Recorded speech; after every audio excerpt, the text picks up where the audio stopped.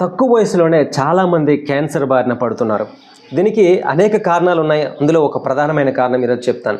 Centre for disease control and prevention వాళ్ళు చెప్పిన దాని ప్రకారం ఏంటంటే, ఒకప్పుడు ముసలితనంలోనే మాత్రమే వచ్చేటటువంటి క్యాన్సర్లు ఇప్పుడు 20 సంవత్సరాలు, 30 సంవత్సరాలు, 40 సంవత్సరాల లోపే చాలామందికి వచ్చేస్తున్నాయి. అందులో ప్రధానమైనది కోలాన్ క్యాన్సర్, అంటే ఈ పెద్ద ప్రేగులో వచ్చేటటువంటి క్యాన్సర్. సో ఈ క్యాన్సర్ అనేది చాలామందికి తక్కువ వయసులో వచ్చేస్తుంది.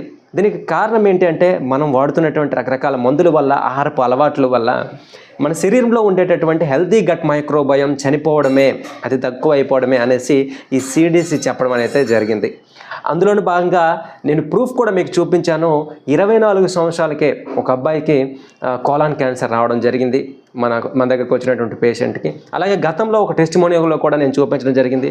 అతనికి 28 సంవత్సరాలకే కోలాన్ క్యాన్సర్తో మన దగ్గరికి రావడం అనేది జరిగింది. సో ఇలా తక్కువ వయసులోనే ఎందుకు క్యాన్సర్ బారిన పడుతున్నారంటే మైక్రోబయం చనిపోవడం వల్లనే.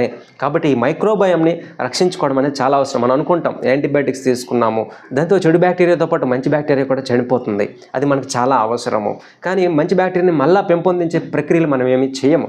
సో ఈ విధంగా మనం డైలీ చేసే అనేక ఒకప్పుడు ఈ మలబద్ధకము, అల్సరేటివ్ కొలైటిస్ అనేవి చాలా తక్కువ మందికి ఉండేవి. ఇప్పుడు 50% జనాభా ఈ సమస్యతో బాధపడుతూ ఉన్నారు.